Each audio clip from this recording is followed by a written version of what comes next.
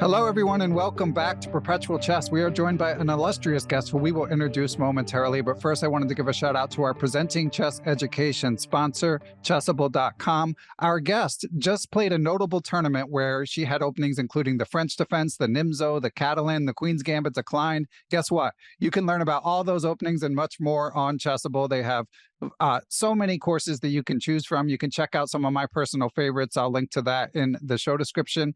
But I'm super excited to introduce our guest this week, someone I've wanted to interview for a long time, and now more than ever, because she is coming off of an incredible performance in the 2023 Cairns Cup, where she was the lowest rated player in the field, but won the tournament with a round to spare, securing a Grandmaster norm. She's also a four-time U.S. women's champion, a former Ukrainian women's champion. She is originally from Ukraine. She's a perennial U.S. national team member, and I am excited to welcome Anna Zatonskih to the show. Welcome, Anna.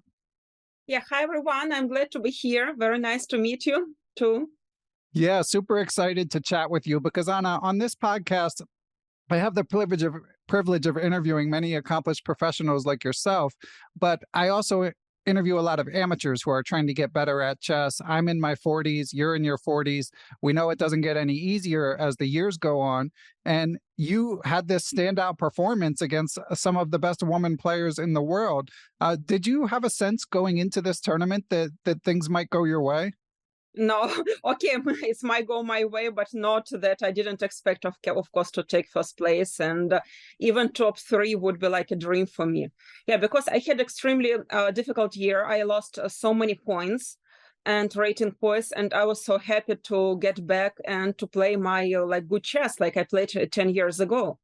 Now my rating is very low, but I used to be 2500, 2537, and I'm very happy to play as good as I played, let's say, 10 years ago. So like quality of chess, it's, yes, very, very good.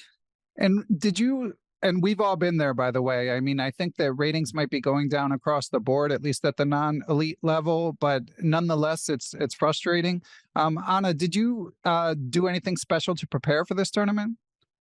Okay, I didn't do much because I have two kids and a lot of work at home. And before this tournament, I did only training calculation skills. I was, okay, repeating my openings, but mostly focused on solving some puzzles and study endgame studies. Okay, and so what was your source for the endgame studies?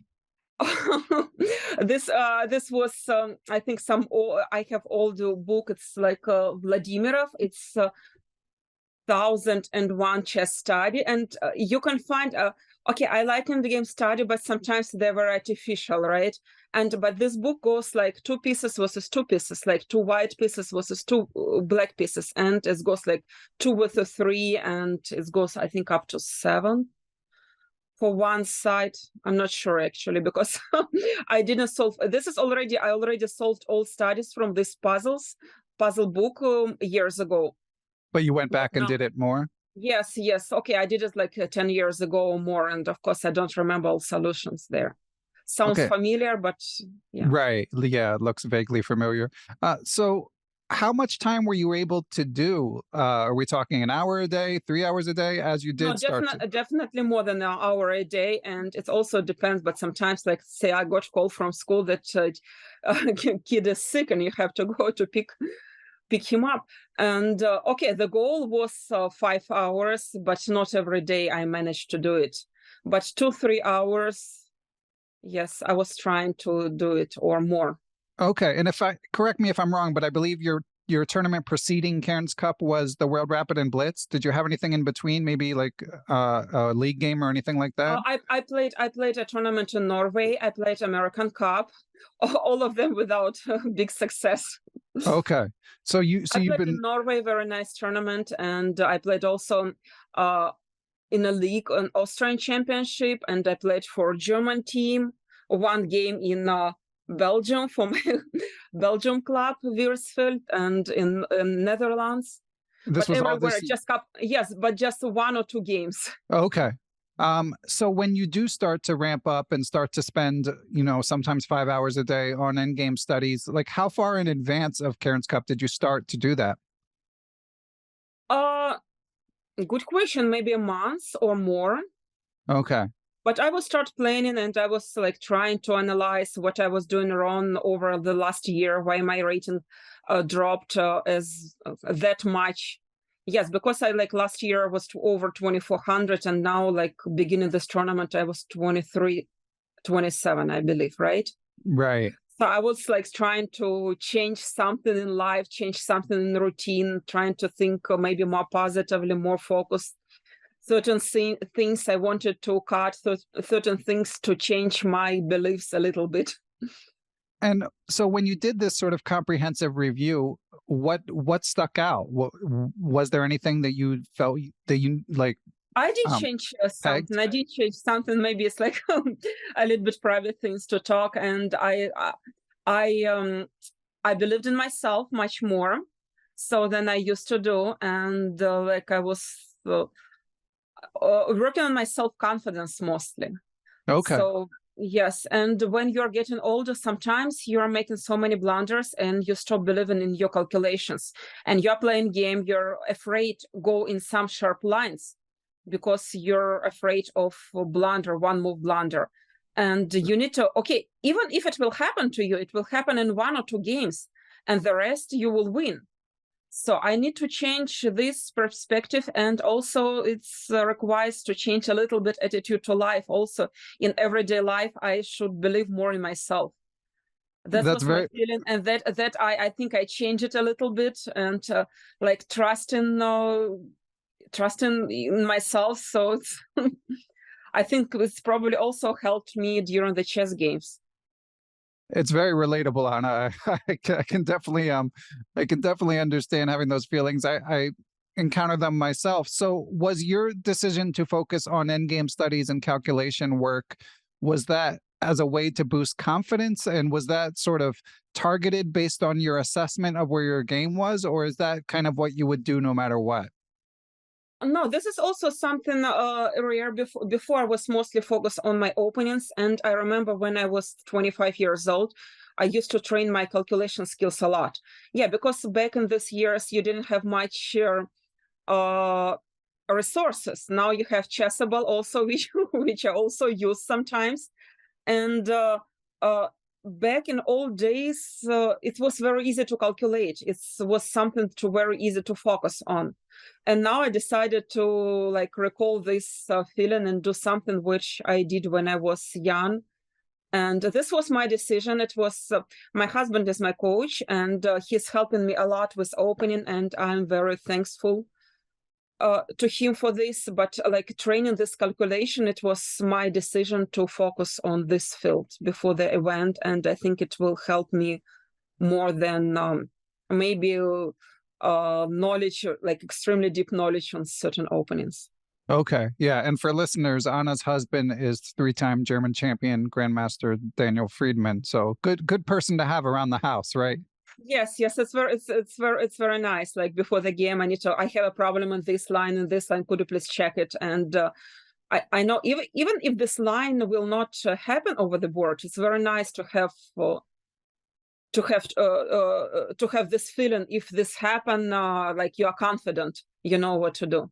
Yeah, that makes sense. And is your husband, obviously, as such a strong player, he's going to have a good amount of opening knowledge to begin with. But is he particularly well versed in your openings, or will he have to look something up at times if you ask him about one? Sometimes I'm asking. Yeah, of course, for him it's much easier just to send his own analysis. But sometimes he has to look on certain lines which he is not playing just for me. Okay. And Anna, getting back to the calculation work you're doing, so 5 hours a day, super impressive for a busy Not every mom. day. Not every day. It was maybe just it was a goal. Yeah, I mean, any day it's impressive as far as I'm concerned. So let me ask you, are you taking breaks or do you just go straight through? Like, what is your approach to I'm taking breaks. And unfortunately, I'm taking breaks. But usually, when I'm taking break, I use a chess clock, and I just pause. When I go somewhere, I just pause. Okay.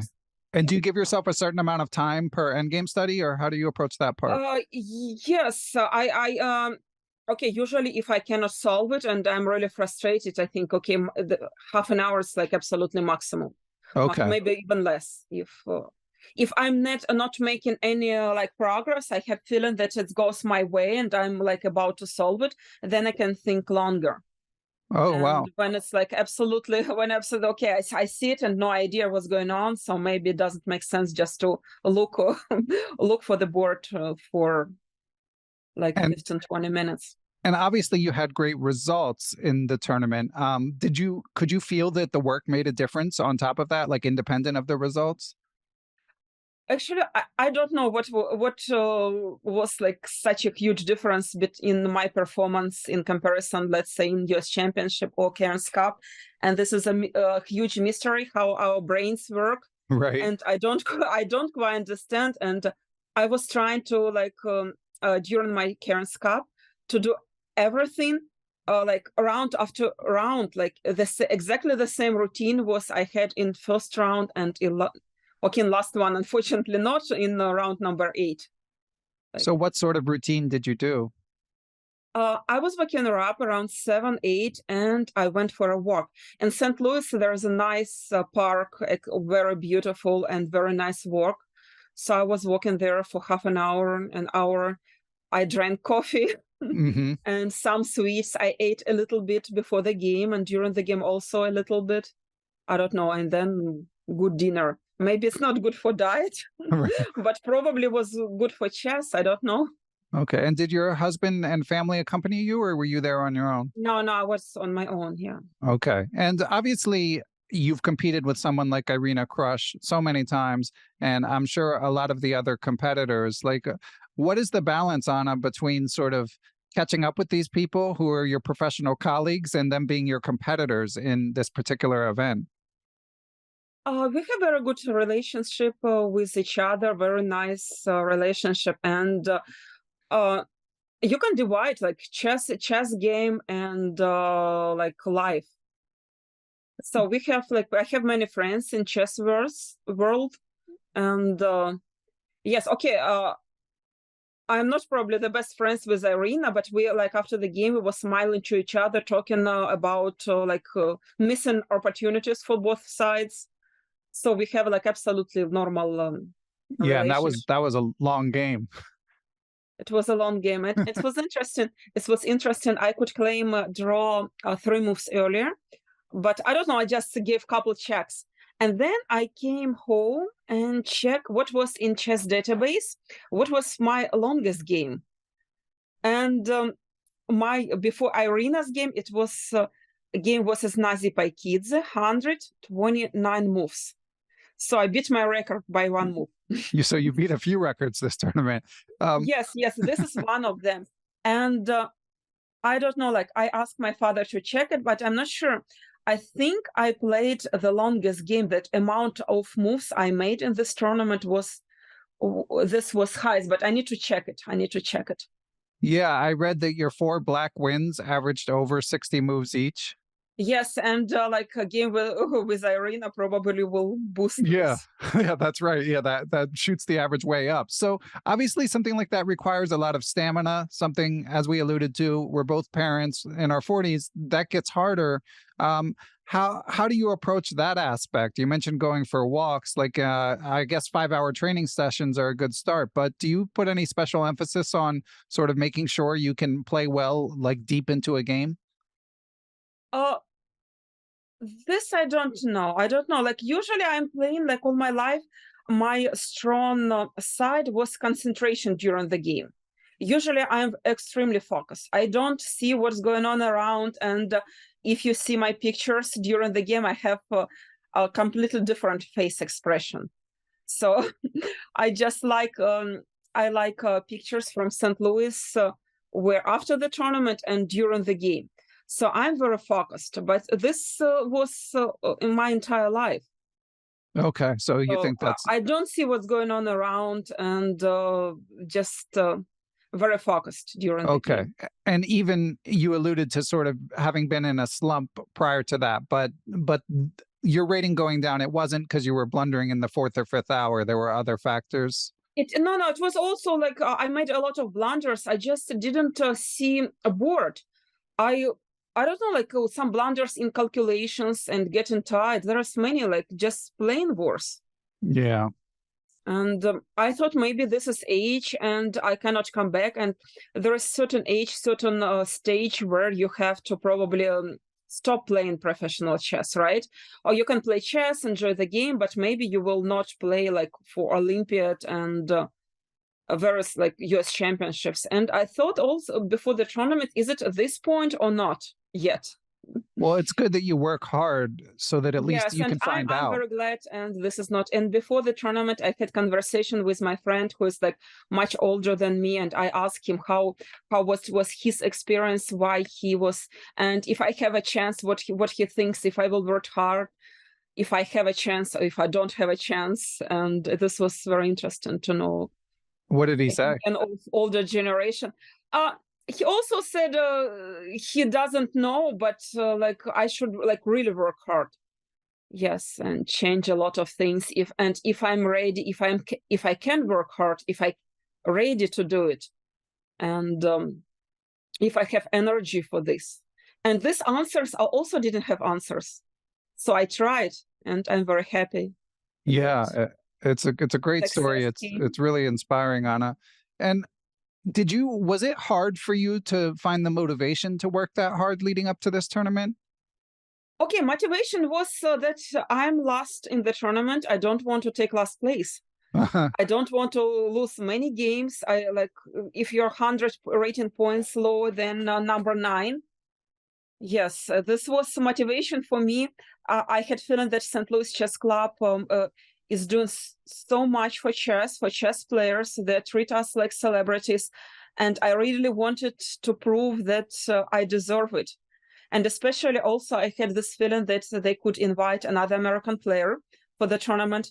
Okay, when I got invited, probably I was number 2 or something, or very close. Yeah, because it was way before. I probably got invitation in December or January. Something like that, and my rating was not that low, was much higher, and or even earlier. I forgot when, probably even earlier. I need to check. Okay. Yes, and this was my motivation. I hate losing. I don't want to lose, and I don't want to come in last place. Yeah, I was thinking, okay, even if in last place, then win a couple games, so a couple draws. So that was my motivation before the event. And at what point did you start to think about earning a grandmaster norm? Did that become? I was thinking about this norm only after round 8, after 7th game, after I did it. Okay, I didn't think, because I know this can be like it can put a lot of pressure. Right. I've been there before. I missed my GM norms by half a point, not winning in last round. I remember in Curacao, I had completely winning position against Alex Shabalov, and I didn't win. And also in Lindsborg many years ago, I was there before. So I didn't win in last round, completely winning positions. So I didn't think about this norm at all. And also, sorry, go ahead. I was not sure that I can have norm from 8 games. Right. Yeah, which I wanted. I read on FIDE, I could not get a norm, but then it was some exception if one player withdrew. Yes. Yeah, so for listeners, Humpy Koneru unfortunately had to withdraw fairly early in the tournament, which made it sort of unusual because she played a couple early games that didn't count. Have you ever encountered anything like that before, Anna? No, not in close tournament. Yeah. But yeah, in this case, I mean, it was unfortunate for Alexandra Kostyanyuk, who of course had beaten her early. But I mean, I guess there's nothing to be done. I mean, people get sick. What can you do? Yes. Yeah. But in any event, just an incredible tournament. So you won $45,000, correct? Yes. Any big expenditures coming? Are you going to splurge? Do you know what splurge means? Like buy yourself anything nice or buy your family anything nice? I want to like right now. This is like last day of school vacation, and I went shopping, but I had to buy like so many things for kids. And I was looking, okay, I wanted this dress, but I didn't have a time to try it on. Yeah. So these days were very busy with school, with preparing for our trip for school vacation. And suddenly I became like celebrity. Many people like asking me for interview to annotate games and like everything together. And I just don't know like where to start. So this will be after I will do all these things. I will probably think about my prize, and of course it's my highest prize in my chess career. Second highest was 3 times less. Wow. Yeah, it's a nice payday for sure. So is this your first Grandmaster, Norm? You mentioned a couple near misses. Yes, this is my first one, but actually, this is not my best performance. 10 years ago, I had the same average rating tournament. Okay, slightly less, but the same category. And I had 7 points out of 8. Wow. In Bundesliga West in Germany for my team, for Bochum 2. And but I'm not sure. There it was 8 rounds and only 2 GMs. I'm not sure if it's counted like a norm. Probably not. Okay. Yeah, and does getting this norm, does that change your chess ambition at all? Do you now want to chase more norms, or just focus on your career? I still didn't realize yet how this tournament will affect on my chess career. So what do I want to do? Like to get to focus to play some GM norm tournaments, or play just US Championship, Cairns Cup, Olympiad? It's still a lot. Yeah. So I don't know yet. Yeah, it's a lot to process, but you do have the rating, right? Because you were over 2,500. Yes, I was over 2,500 like for a couple of years, I think. Yes, so it's like rating is not a problem. And before this tournament, I think, Alexandra and Kanero had higher rating, maybe Nana Zagnidze, but the rest of the tournament was never in their life so high as me. But on my peak, I mean. Right. Yeah. It's I mean, ratings fluctuate. What can you say? But it is, like I've been saying, I mean, it's so encouraging to see that you had this level before, you redoubled your efforts, you focused, and you showed that it's still there. You cannot imagine how old generation was supporting me, and I think there is a hope for everyone, because I have many friends around my age, and this is so not easy to remain the same level. If you want to remain the same level, you need to work really hard. Yeah. So Anna, I know you're doing some traveling with your family. You mentioned before we started recording. I should mention, by the way, because this interview won't be out for a while. We're recording on June 21st, just in case something crazy happens in the chess world. I'm going to mention that. So Anna, beyond your family travel time, do you have what else is on your chess calendar? On my chess calendar, I know for sure that US Championship in October, and maybe World Team Championship in Poland. Okay. And when is that? In September. Okay. So you've got some... maybe Team Championship in Dusseldorf, but I'm not sure about this one. Okay. So you've got a bit of time to sort of process this big change in your life. Yes. And do you think you'll keep... just in this role, I won last year's championship many years ago, and somehow I didn't have many big successes recently. Okay, so one Olympiad, I think I played one Olympiad, I had the best performance after 5 rounds or something similar. I was doing very good on first board, but then it ended up not so good. But for many years, it's such a success for me, and I'm so happy about it. Yeah, it's amazing to see. So do you think that working on calculation, again, you targeted that as something for your own game, but you mentioned you have colleagues around your age who are also taking inspiration from what you've done. And there's a lot of people listening, and myself included. I also would like my rating to stop going down.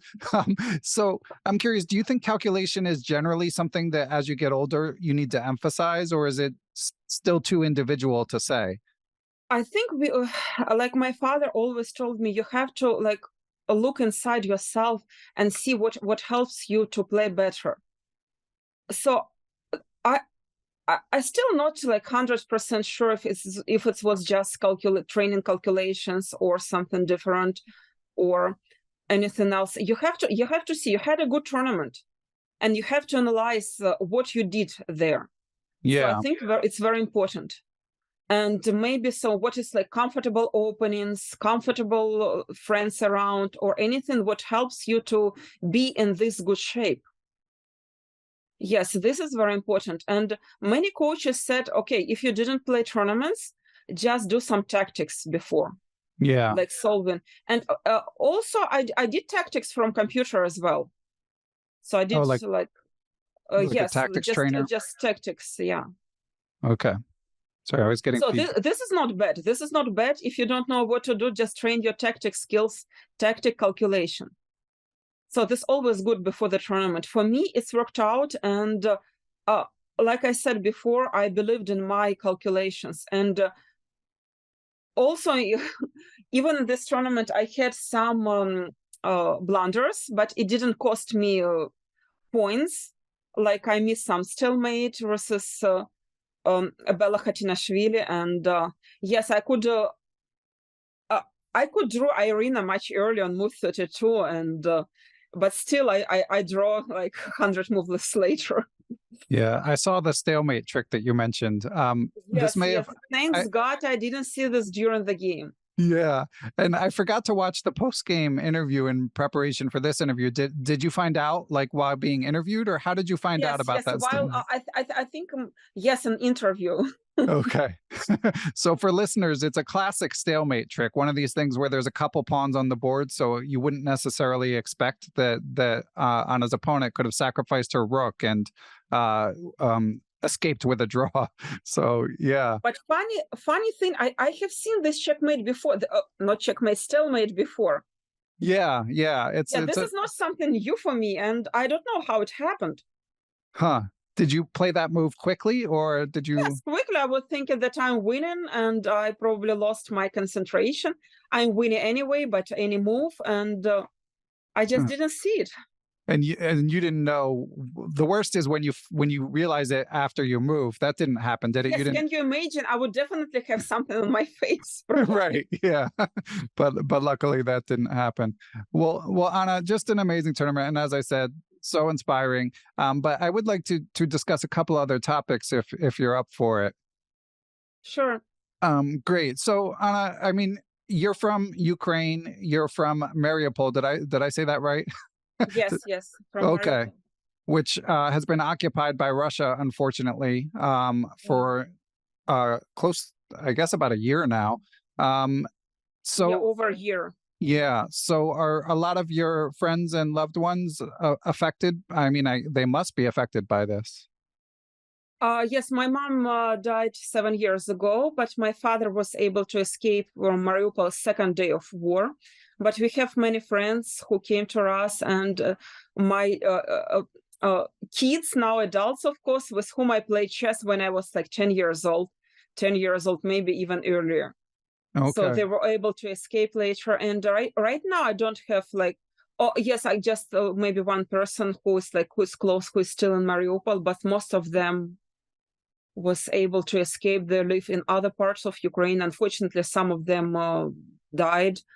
And yes, and they move in like some in Israel, some in America, in Ukraine, in Germany. Yes. That's awful. Yeah, it's got to be a frustrating. I don't live in Mariupol already for over 20 years. But of course, my parents lived there, and before this this situation with Donbass, when it was like first war there, it was 2004. I didn't go there since then. Okay. Because it was so close to this area, which is which was already disputed. Yeah, which was already like a Donbass.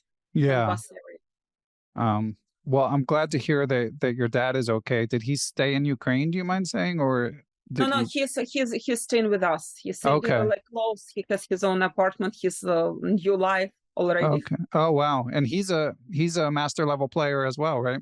Yeah, he's master FIDE, and yes, he was watching my games, not sleeping.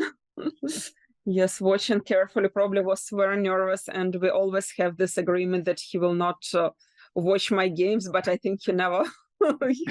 Yeah, as a mom, I'm never do sure. it. Yeah, I'm sure you understand that he can't resist.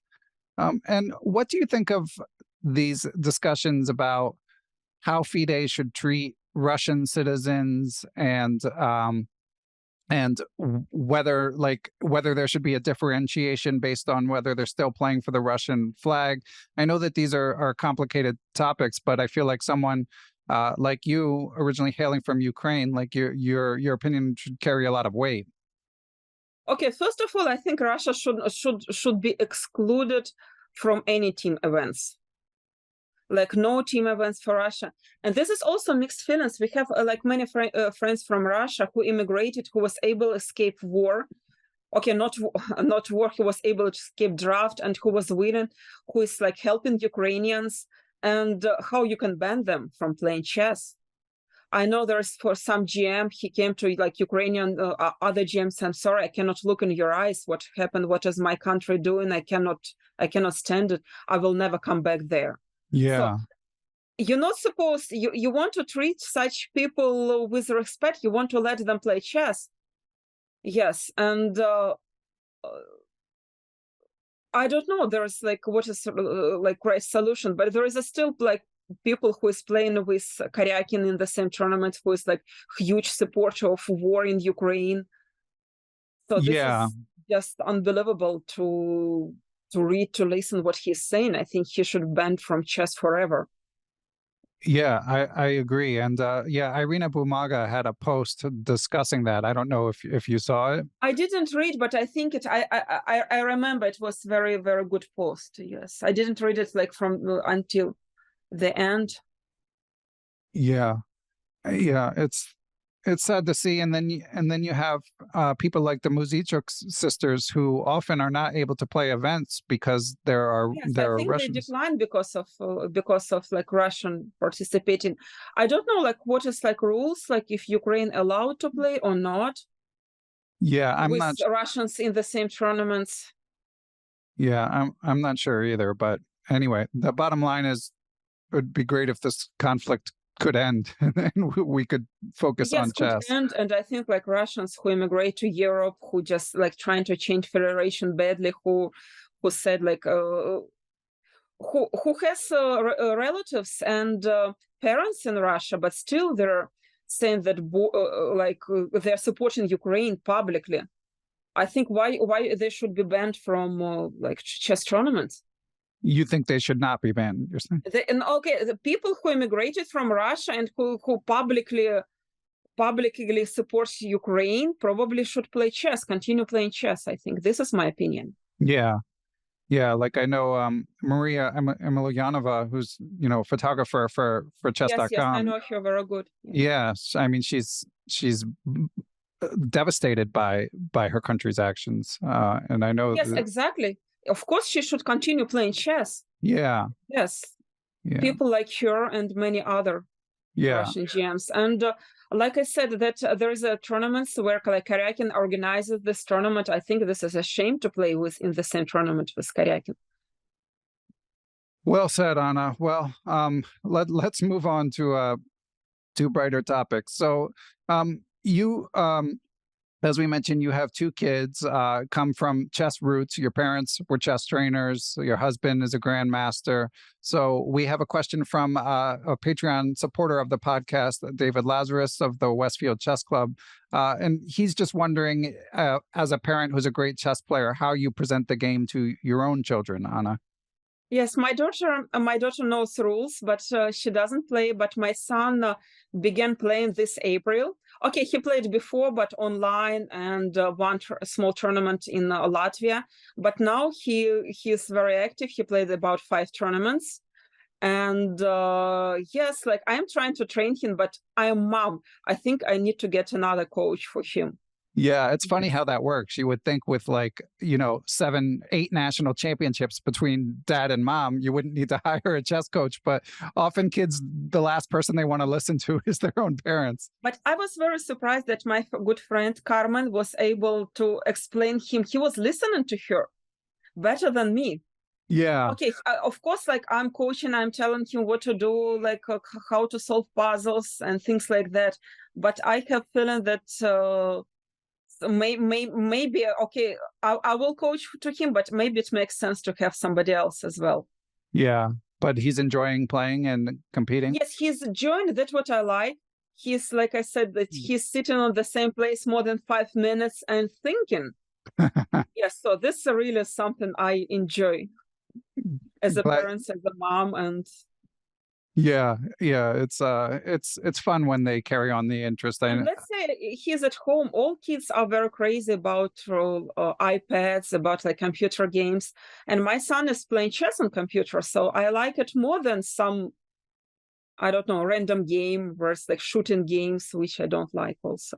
Yeah, for sure. And Anna, obviously someone with your experience, again, the daughter of chess teachers and accomplished so much as a chess player. Do you have a philosophy about if your son were to really get into it and say, all right, mom, I'll do whatever you say, what do you think the best way for him to improve would be?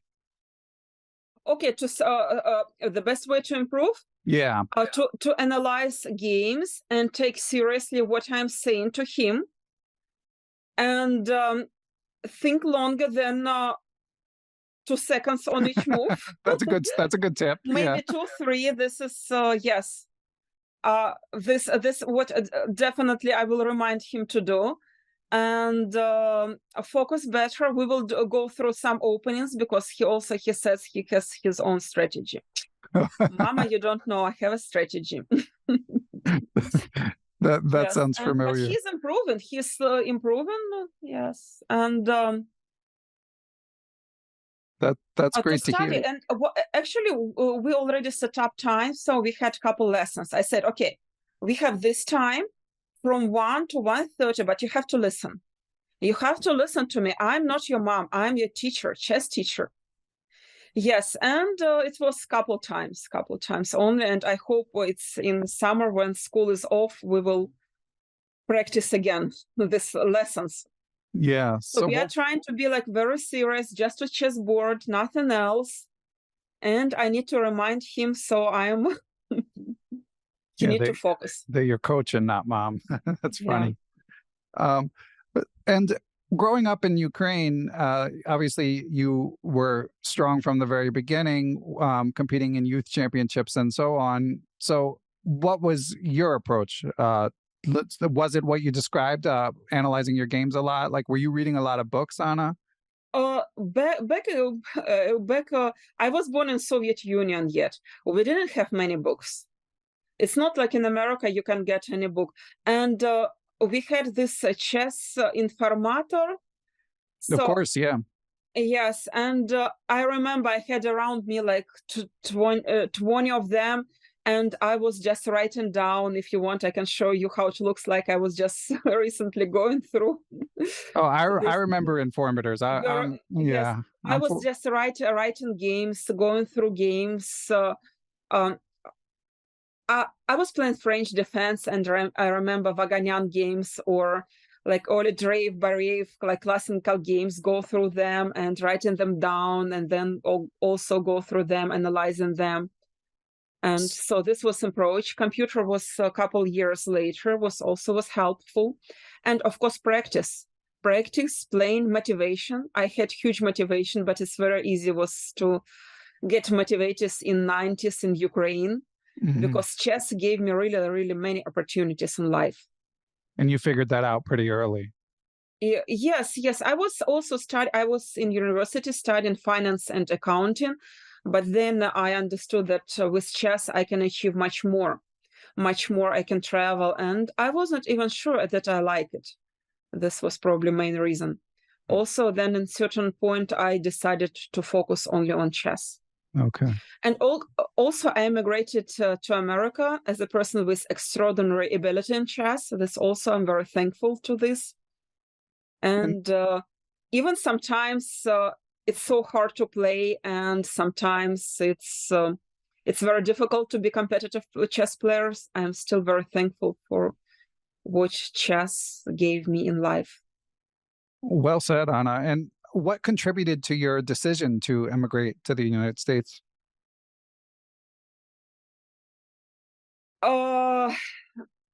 I don't know, like it was so many years ago. It was decision in 2001. Yeah, better life, better possibility to play chess, and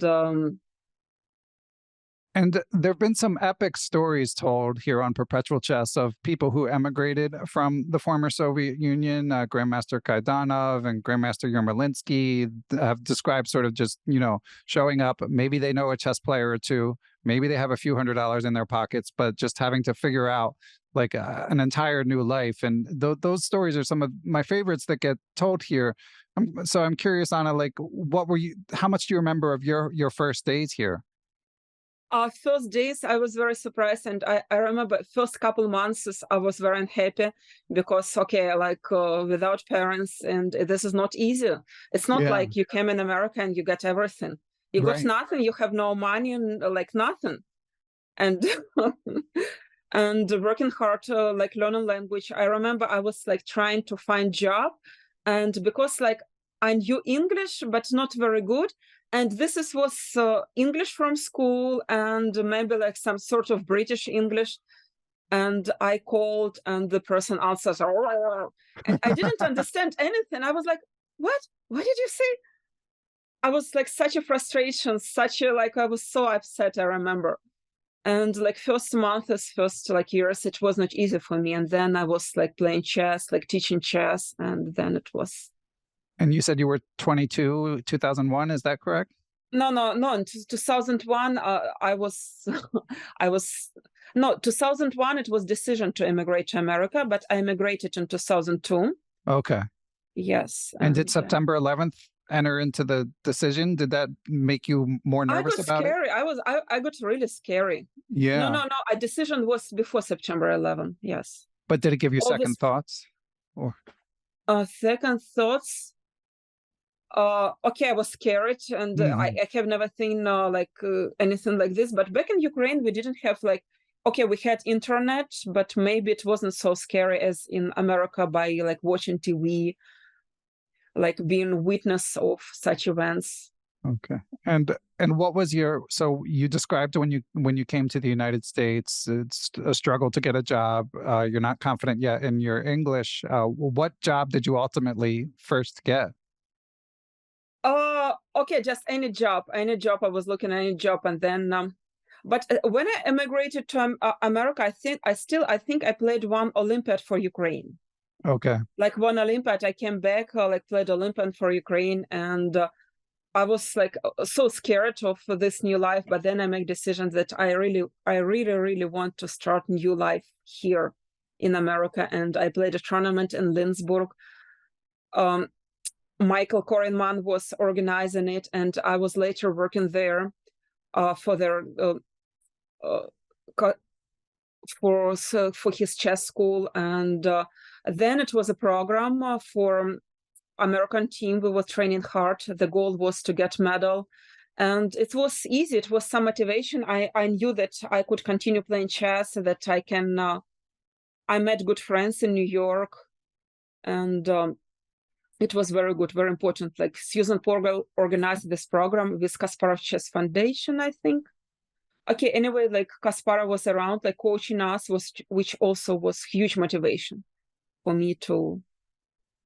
Of course, yeah. I'm longtime friends with Jennifer Shahade, and Jennifer was part of the team, exactly. And also I was staying with her, and it was such a new experience. I remember she asked me a question: "Which cuisine do you like?" But for a person from Ukraine, you just don't understand this question. What do you mean, which cuisine? We didn't have possibility to have different cuisine back then. Right. And many things American life was a new experience for me, and yes. Amazing. So once you got to try all of the sort of different ethnic foods, which one did you like? I like Asian food. Yeah. I Yeah. like, this is my favorite, maybe Thai food. I like Indian too, like most like this part of the world I like. Yeah. And now, Anna, because your husband is a German citizen and German champion, you spend a lot of time in Germany too, correct? Yes, yes. I still in America a lot, and I miss America, and this is kind of, I don't like person of the world. Yeah. How's your German? Should be better. I am able to speak with people, but when like I have to write something, like my husband writes for me, and yes, it must be better. And how old were you when you started to spend a lot of time in Germany? Sorry. So this was also okay. My daughter was not like quite healthy, so we was like spending like in many different places. Even in Ukraine, we had like some clinic, like trying to resolve some issues with her health. So I cannot really say, because like I was like going back in Ukraine because I had like connections there, and she could not walk for a while, and she has some weak muscles. Now it's much better. Now it's really, we have a lot of improvements in that field, so it's hard to say. So life changed when you start having kids. Life changed dramatically. Probably it's for everyone. I'm not especially for women. Yeah. Yeah. Yeah, my wife says that it's when our kids were born, it was like a little piece of her was gone and was like put in the kids. Yes, yeah, this is true. And also like my life, it's also like two parts of the line. When with like first child was born, and everything before it was different. Yeah. Now I'm recalling, and you asking me questions and things I even don't remember. Yeah, so this like two parts of the life. Understandable. Well, Anna, this has been Maybe I amazing. will have third one after winning Cairns Cup. Yeah, exactly. Yeah, the rebirth. We have one more question from a supporter of the podcast, Anna, and this one relates to women's titles. Our friend Jen, of course, has an FAQ answer to questions about women's titles on her website because she gets frustrated that she gets asked about it so often. But this is from Brian Cairn, who's a strong chess player and not a beginner. He's not saying why do women have titles. His question is whether he thinks the women's grandmaster title in particular should possibly have like a different title because it can be confusing for outsiders. Do you have an opinion on this? Okay, I don't have opinion about title, but I can say there is definitely something different in our brains with men. This must be something why men like have better results. There is definitely something. Okay, women is much better multitasking, and chess is just one thing you need to do from morning to the evening. So I don't know how our brains work, and this is very interesting. This is very interesting, and I think we should have like probably different titles, because in every sport they have different titles. Yes, Okay. and I don't know why. I think the gap will get more like narrow between like men and women chess. Maybe someday we will play better, but now things are that men are just stronger in chess. And also this is, I think it's like physical sport. I don't know how many pounds I lost after a game versus Irina. Right. So this is also very physical, and men are stronger physically. Yes, and the title for women, probably we need to encourage more girls to play in chess, and it's still not easy to achieve a woman grandmaster title. Yeah, I mean, I'll read you Jen's answer on her website, and you can tell me if you agree with this. And I think it'd also be helpful for the listeners, because I know there's a lot of obviously seasoned chess fans listening to this podcast, but there's always people with a new interest in the game. So Jen writes, FIDE offers both the women's grandmaster and grandmaster title, the latter being a gender-neutral title that all genders are eligible for, with 40 women achieving the GM title so far.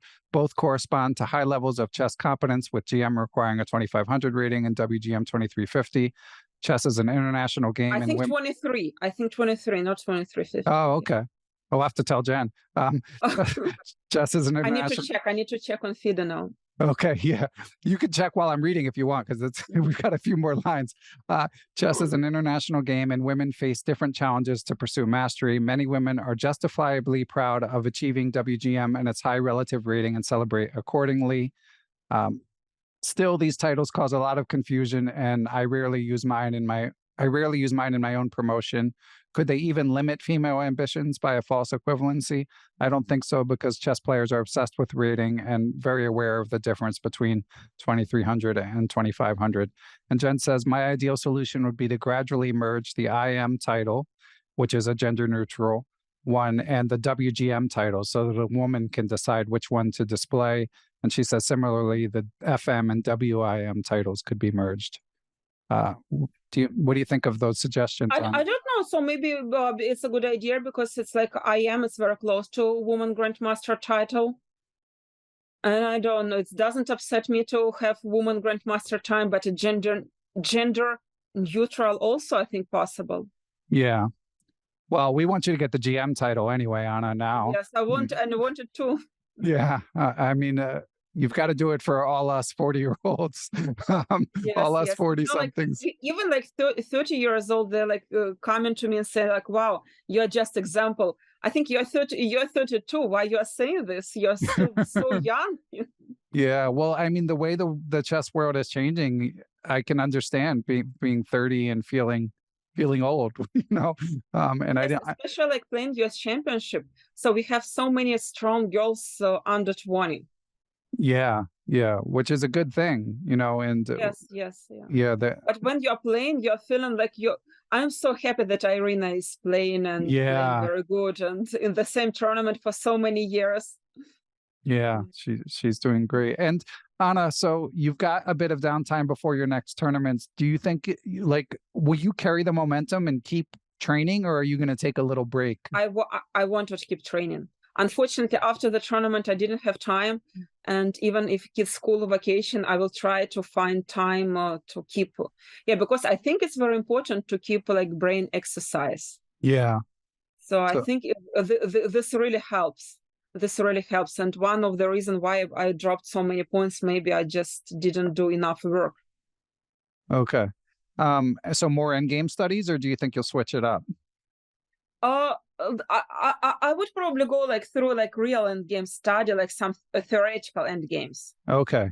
Yeah, you had a lot of endgames in my plan, and this is like so many good books. And before the tournament, I had like 1-day training session with Tatefa Brakamyan and Kostya Kavutsky. We did some Dvoretsky books.